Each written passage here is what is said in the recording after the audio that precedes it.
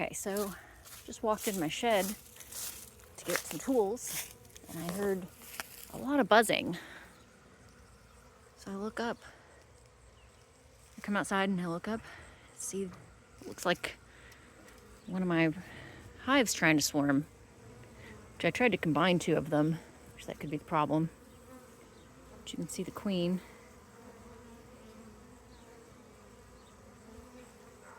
Right there. So I'm just going to put her in a clip.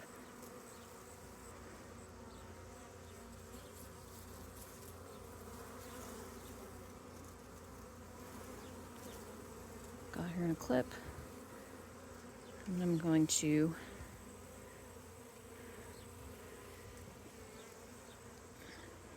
leave her up here real quick, just so they don't fly off.